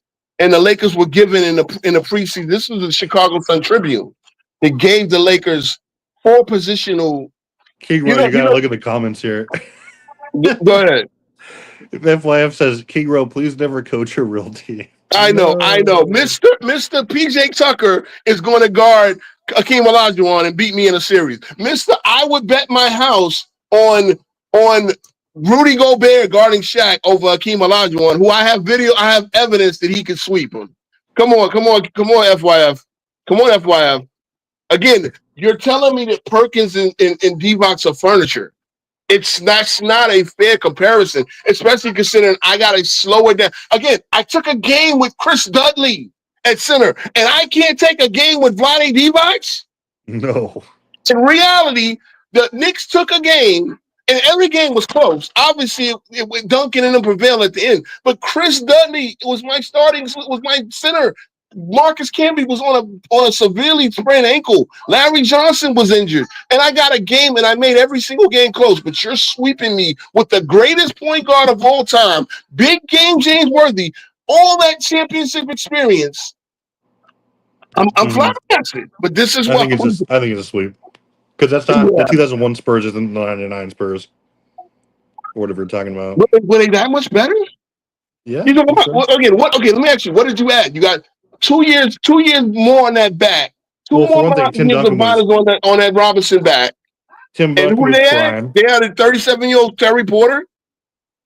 Yeah, didn't the Spurs win the championship? No, the 99 Spurs won the championship. And here's the thing, the team you picked got swept in the goddamn conference finals. Yeah, My team got to the arguably finals. the best team of all time. Which The is Lakers of 01 was the best team. The Lakers won 56 games. The 01 Lakers were the best playoff team of all time, in my opinion. Possibly. But then again, if you're I got a team that I lost. So they matched up well with the Spurs. They had Shaq. Okay, question. What would you rank the 91 Bulls in terms of Jordan's championship teams? Again, I'd say the Lakers probably his easiest team that he beat. No. Actually, where would you rank the 91 Bulls? Is that all time team of the six that won championships? I would say they're probably that team was probably second worst compared to second worst. I can I accept that. I accept that. Right. Oh, what's the worst one? 98. 98, in my opinion, but cool. All the rest of them were better because I think I got 13 points. I got 13 points a game from John Paxson. Where am I getting that again from any backcourt mate with Jordan? Oh yeah, BJ. What did BJ average in that series?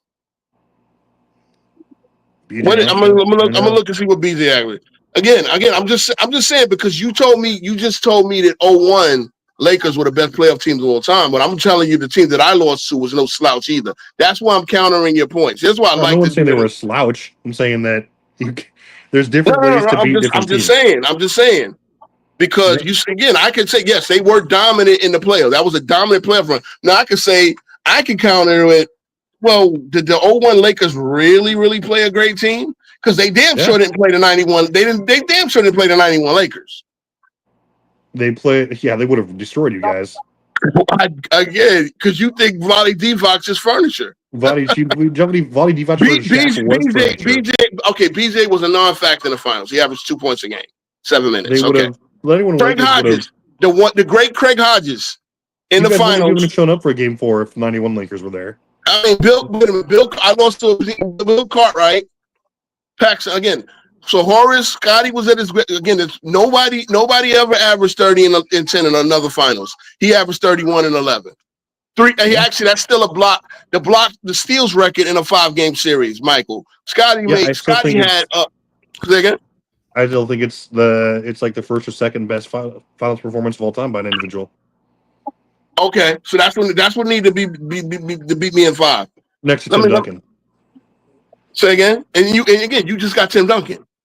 You're just telling me Tim Duncan, and you got you're overrating. You're overrating 37-year-old Terry Porter, bro. Not. In fact, CW.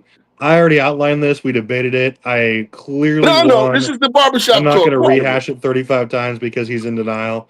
I'm going to take the W and move on. In fact, I'm going to come. Like I told you. So this is my live, so I'm a rant. But yeah. That's fine. You can rant while I'm gone. I'm going to body you again with Shaq next week. Don't worry. All right. All right. All right. Hold on. So I'm still going. Because this is my fact check part of the debate. Because again, 37. I mean, goddamn, Porter actually, by the time the playoffs get here, he's 38.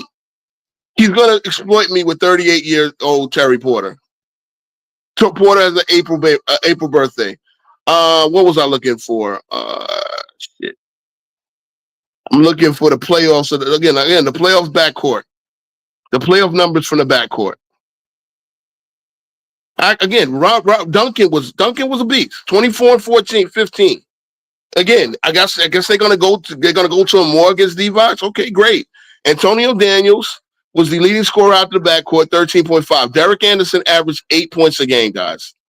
Terry Porter averaged 8 points a game himself. Again, Avery Johnson, okay, solid backup point guard because that's what he was playing, backup minutes. Sean Elliott was really diminished. You couldn't play him. He averaged 5 points a game in the playoffs. Again, I got respect for Malik Rose. 5 and 4. Steve Kerr, who we mentioned. Again, this great Steve Kerr, who shot 27% in NBA Finals. He scored 3 points a game in that particular series. I mean, that particular playoffs. He shot. He made 33% of his threes. It's like they're not actually the biggest 3-point threats from that Spurs team, especially in the playoffs, are Terry Porter, Danny Ferry, which I gave him credit for being a stretch four. You think I can't? They're making 5 threes a game. You think I can't? The Lakers can't come up with a strategy to. You think the Lakers can't come up with a strategy to take out Danny Ferry, one of the biggest draft busts in NBA history? Yeah, remember, the second pick of the '89 draft, one of the biggest draft busts in history. Unfortunately, he went to he's a Duke alumni, and I have to hold that. But yeah, that 3-point barrage is not coming from these guys against experience. And again, you cannot just you can't just like lack the experience factor, you know? But yeah, I mean, Terry Porter was a plumber in '92, but again, Travis doesn't necessarily make that argument. I'll give him credit that much, but he's not the guy to exploit me. Neither is Derek Anderson, who only averaged 8 points in the playoffs. He's not. Antonio Daniels is not the guy that. I mean, my God, you want to tell me that Magic was a traffic home? You telling me that I can't figure out with Magic Johnson and Byron Scott how to limit? You talking about guys who have 8 championship rings on their finger, and I can't limit Antonio Daniels? I gave you that Duncan was the beast. And again, Duncan is not that guy who's going to light me up for 40 and 20. Not with the fact that I have a solid front. Mind you, I got 6'9" at small forward. Worthy is going to get in there and at least, you know, I don't have to straight up show doubles just to limit Robinson. He doesn't have enough help to the one weakness that I have is quickness on perimeter. Again, I played better backcourts in one. That's crazy. But again, like I said, we're doing this format. It's not the easiest thing to do. It really came up from one. I'm glad it went the way it went because it was fun for me. But boy, man, the judgment, wow. You gotta prove, and again, I think I made some good points. I brought up, yeah, Magic was second in MVP voting, and everybody seems to think he was done. What you know what I'm sorry, bro. This is where I gotta just get into my show. The narratives is crazy. That narrative comes from LeBron fans that somehow want to limit. They want to take away him beating Magic.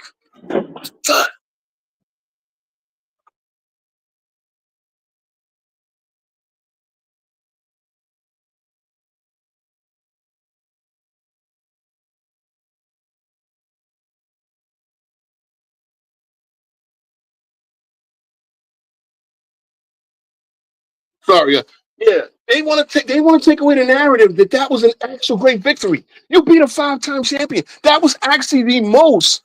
At least experienced team. But why? Worthy played another 4 years. We all know why another 3 years. And he played at an all-star level. We all know why Magic had to retire. I could conceivably believe that Magic had another 4 or 5 all-star years in him. This is crazy. Are the Lakers going to try to get? Look, they're going to trade Reeves. But I mean, and this is why, bro. And again, the debate thing is cool. I want to get into it. I'm actually cutting my teeth doing this, but wow, we can throw out narratives out there that people just generally accept. And again, where does it come from, guys? Where does this magic was done come from? Again, you're telling me a guy fell off to the second best player in the league. It's like I feel like I'm taking crazy pills here. I don't even believe that is an acceptable form of a debate. At least, again, one thing over here, 10 toes down. Again, this is go debates, but I'm just trying to, get a little up here. Yeah, if Worthy and Byron didn't get hurt, the finals is closer. I can best. Matter of fact, let me just look because I love the fact find. Again, I probably should have came with more facts so I could counter these because I think some of the arguments he gave was downright stupid. But he gave them. He gave them, and you make judges believe that you're telling the truth. That's the thing that I'm going to tell truth. I'm not going to sit there and try to tell you that Duncan wasn't a beast. What I'm doing is telling you I know Duncan is a beast, and here's how I'm going to attack the Spurs around the fact that Duncan was a beast and Admiral was still an elite rim protector. Let's go here. What was I looking for?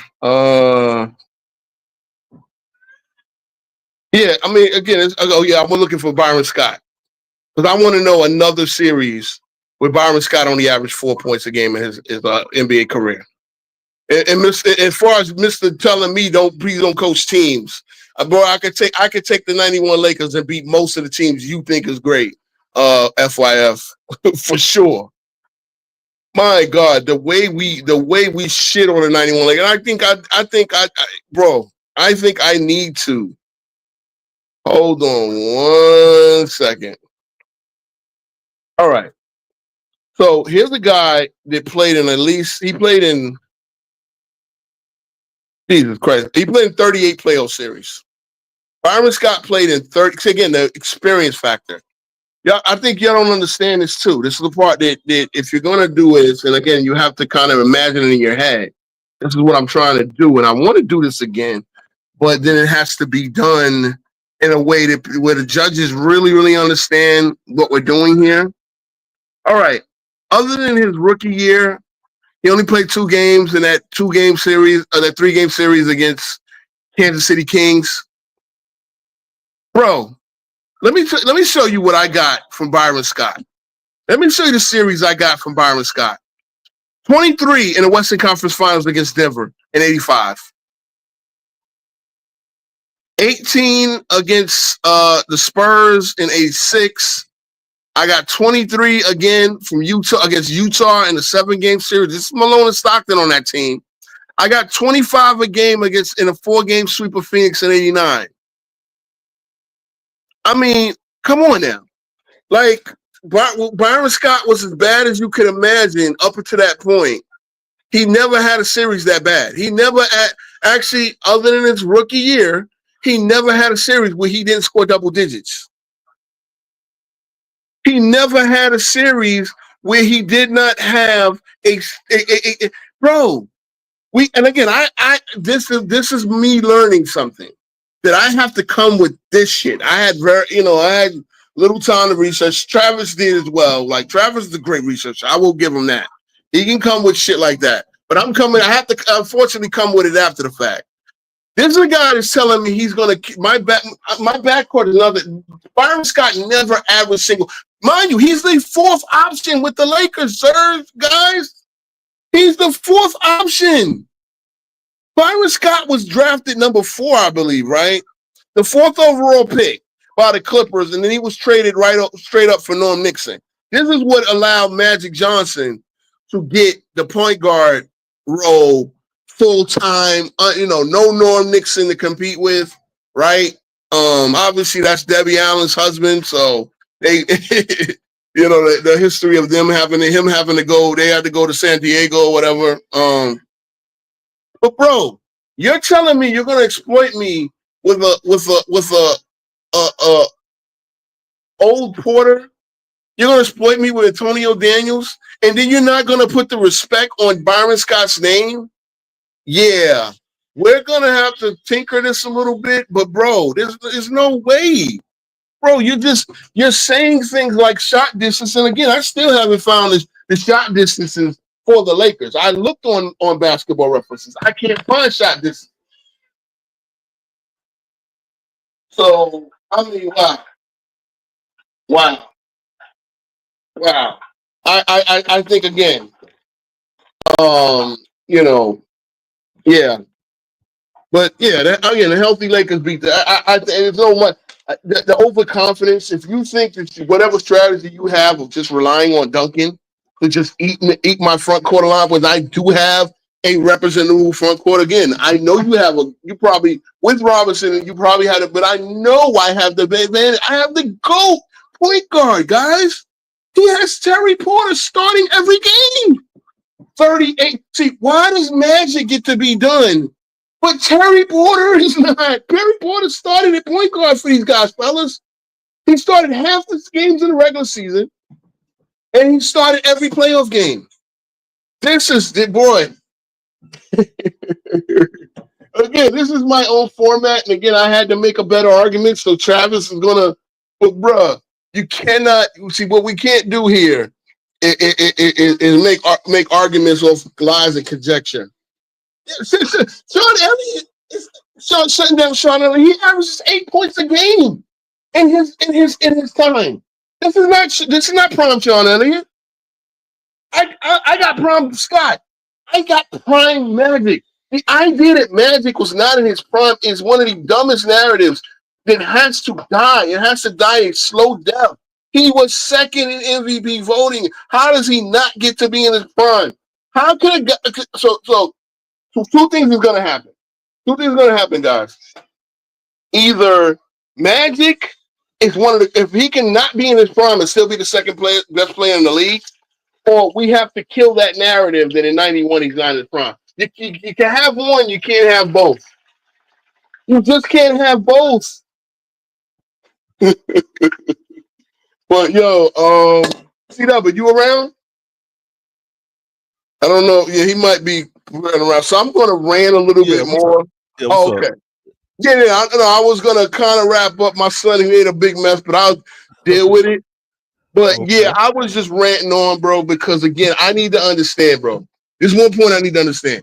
If he's going to if his starting backcourt has Terry Porter at 38 years old starting, how can he make that argument and then tell me that Magic in the same argument, second in MVP voting, is washed up out of his prime? I mean, I agree. I mean, I just thought the first round, I think if he had gone first and you went second, I think it might have been because I actually thought I had an easy win here because again, I don't understand how and I think one of the things is the overconfidence factor, and Dart did point it out. It's like you saying you're laughing and things. How are you laughing? How are you laughing when I tell you I got Byron Scott in my backcourt? Yeah, I mean that hurt him the last round because I felt like you were building up steam in that third round, and if you had a few more, you probably would have. Yeah, this is what I'm saying. This is just if we do this again, we might do it. Might have to wait a while because I think what I wanted to do is almost, and I should have made it a little bit more clear. You got to put yourself almost the way you put yourself in the coach's seat. So the fact that he's not even respecting Byron Scott, as I said, Byron Scott was hurt in that finals. That's why he averaged 4. And then I came up with I showed you. Byron Scott is generally the fourth option on those Lakers teams. Never had a series other than his rookie year where he scored under 10 points a game. And I named 4 series where he averaged 24 points a game. You understand what I'm saying? So what you saw from Byron Scott in the finals was an anomaly because he scored double digits in every other series that particular year. You understand what I'm saying? Yeah, and that's how I think we can kind of revamp it. Yeah, because you got to just understand, you're in the coach. Should be y'all two kind of saying, I got Magic out there, I got Byron Scott those Yeah, and two. as I said, I did say that Magic is a surgeon that can really. Yeah, he's gonna say who's gonna stop him. I guess he's gonna say, Avery Johnson, Sean Elliott. They say, well, no, that ain't Avery gonna work. Johnson is going to stop Magic's playmaking. Yeah. What are we talking here? So I think Antonio Davis is going to stop his playmaking. Just think, one of the hardest thing to do is stop. One thing, the hardest thing to do about LeBron is stop his playmaking. He's going to playmake by accident. He's going to get assists by accident. Whatever. If you double him, please double. Matter of fact, that's the thing. Magic was a guy that begged for double and triple teams because as soon as you do that, he's flipping, he's killing whatever offense you, whatever. Get one step on a guy, Magic is gonna burn you. You're gonna double me. You're gonna come double. Please come double me, guys. Yeah, I think that's how we can structure it. Moving forward, we can kind of just talk about. Yeah, because that's what I think I tried to say that in the third round. It's like, bro, you completely underestimated my guys. You completely forgot that D-Rock was walking double digits. Everybody in my starting line was walking double digits. And then I got guys that can get double digits off the bench. Easily. So, yeah, I think, and that's the thing. I think that's what it is. His overconfidence is where I thought I killed him. But again, we didn't make that clear that, it's like, okay, so I try to say, introduce your teams, right? Introduce your teams. Yeah. Tell me who you got. That's the first round. That's what you do in any playoff series, right? So you prognosticated. Then the second round, you start the play. You start it off. This is where I'm gonna attack you. This is what this is how I'll attack you. I think you're gonna come with this, and this is how I'm gonna counterattack that, right? Yeah. And then the third round, I want to wrap up the series because at this point, in any playoff is like right. The playoffs are about adjustment. Yep. If he's not respecting Byron Scott, he's telling me Big James Worthy, he can stop him with Danny Ferry. Come on now. Again, I have much respect to Duncan. He didn't respect my guys. How does he win the debate? But I mean, how does he win the series? If he's not respecting my guys, I'm going to eat him with the greatest point guard of all time. As I said, I didn't agree. I'm giving him respect to give Duncan. Duncan gets one game off his greatness. Yeah, I mean, I didn't agree with the outcome. Him saying they would sweep him and stuff like that. And that's the thing. It's like, you really think that's it there right there. You got to put with the. And again, that's we got to tinker with that because if we're gonna do a player debate, then we got to make it because this is like the best way to do it. The best way to put two teams, in my opinion, is 7-game series, right? Yeah, obviously, right? So you're not because any team could be like the fucking 20-win. A 20-win team could be the 68-win team in one game in the regular season. But if you gotta do it before a series, you can't. Yeah, you got to do a series. And if you're going to tell me you're not going to respect a Byron Scott, you're not going to respect a big game team. As I mentioned, these guys have rings. They have championship experience. You're not going to stop them just because Tim Duncan is on the floor.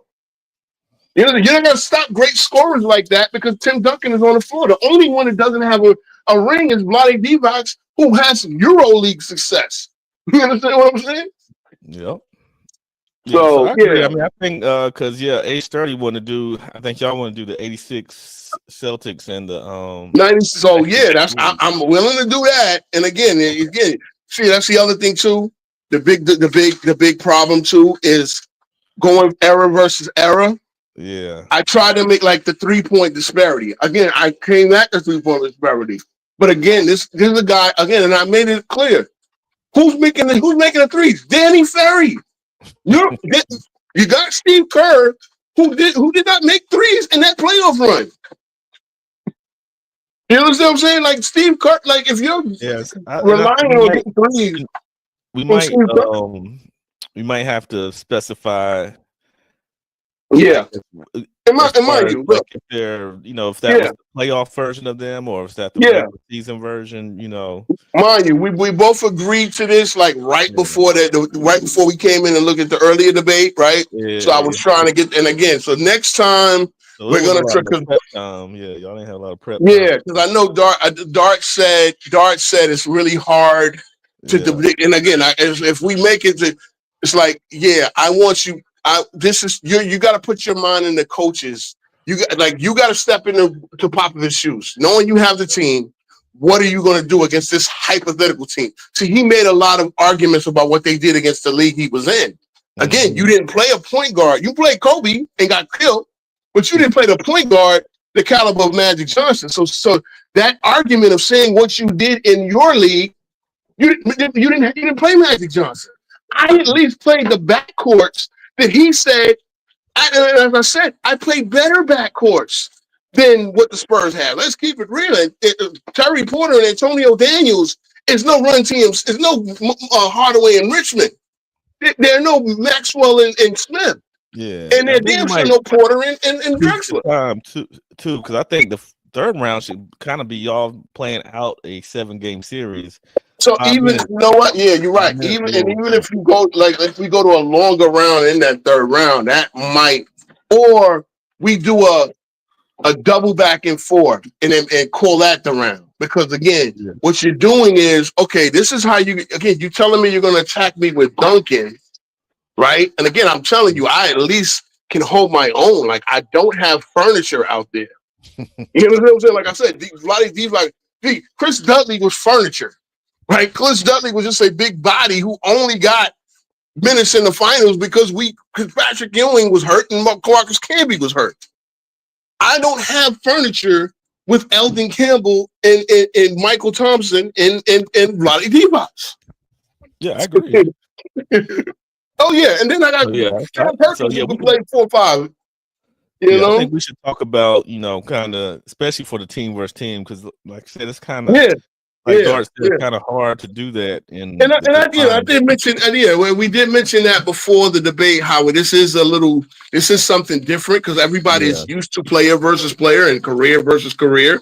And again, even that is something you can't There's a lot of context that has to go into it. Yeah. You know, even me judging that first debate, it's like, okay, yeah, that's one. But one nuance that I wanted to make the video when you just list Duncan making more All-NBA. Kareem was only a center, so he only had 2 spots. Duncan had 6 spots because they could list him at either forward, and then later in his career, they listed him at center. So you got more spots. Like they only did 2 forwards, 2. You do 1 center, and then you got four spots for Duncan on defensive teams. Again, Duncan was a great. I can concede that Duncan was a better defender than Kareem, but then again, Kareem was really great at blocking shots himself. Yep. And again, power forward center thing, the whole 9. So yeah, we will be dropping that later this week. Kareem versus Tim Duncan. We got Casual and Dart from Michael Jordan Fans Are the Best. Yeah, man. I'm gonna get in the ring. I'm sharpening up my skills because, bro, that was a meatball argument, bro. That's again, and that's what I wanted to. That was a meatball argument. You're gonna overlook Byron Scott. You're gonna and I told you what he did. Matter of fact, Byron Scott upped his numbers in the playoffs, other than the finals. Like, you're gonna overlook Byron Scott and think you're just gonna attack me with Porter and Antonio Daniels. I mean, come on, bro. Yeah, he wants y'all to do Shaq versus Magic. Oh yeah, we're gonna do Shaq versus Magic to get back in his.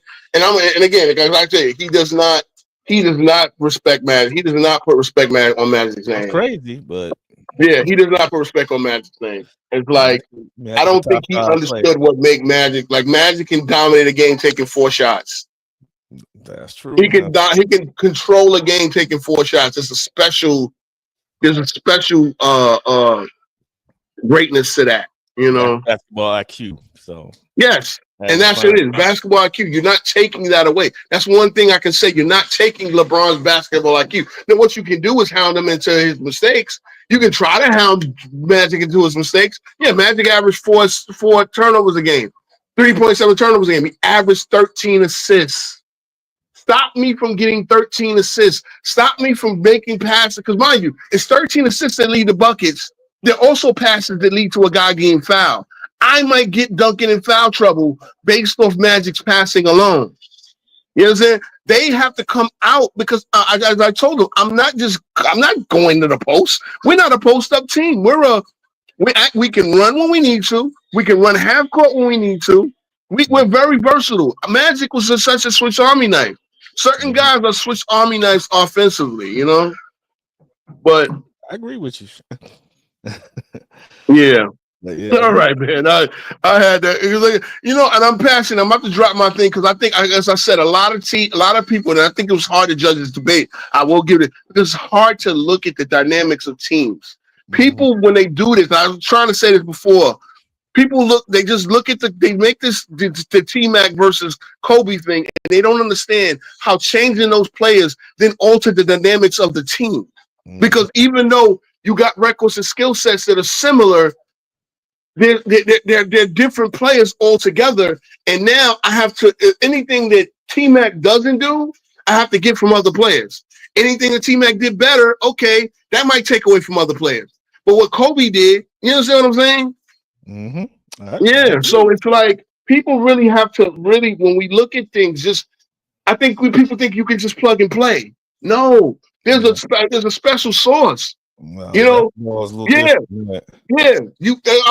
came on FYF and I said it's like cooking a chicken. You need this spice. Yeah. This spice this spice might be similar, but it's Lowry's. It ain't gonna taste the same. It ain't gonna taste the same unless it's that Lowry seasoning salt. I'm not gonna put adobo with Lowry and expect the same chicken. You know what I'm saying? That's fact. I'm not gonna use Goya and then bring some Lowry's or whatever, Bro, I mean, those of us that cook might understand that. I ain't completely different. It's gonna take completely different. And that's all I'm saying, man. Because I think a lot of people look at fantasy basketball and think we can just plug and play.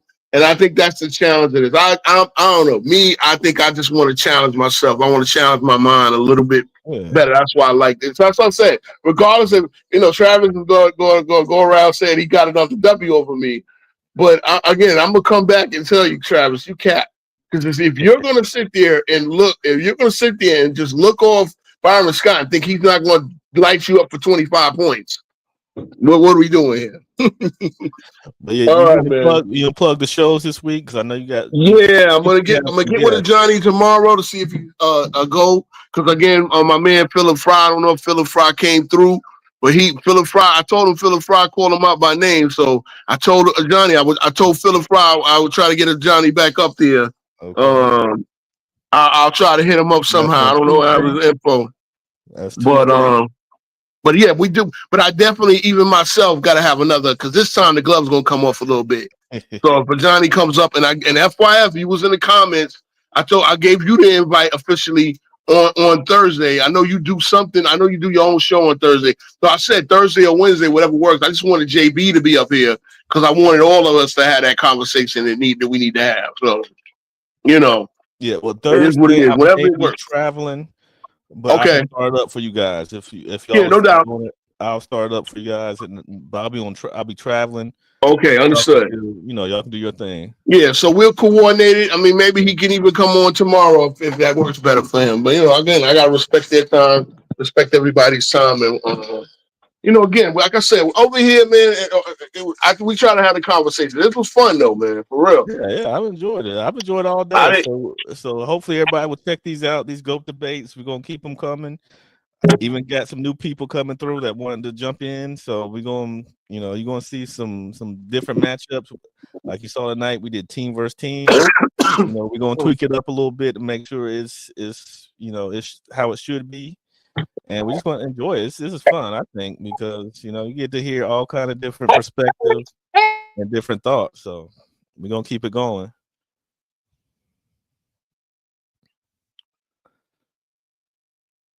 So with that said, I think. Yeah, all right, CW. Have a great night. All right, man. All right. You have a good one, and we'll see y'all soon.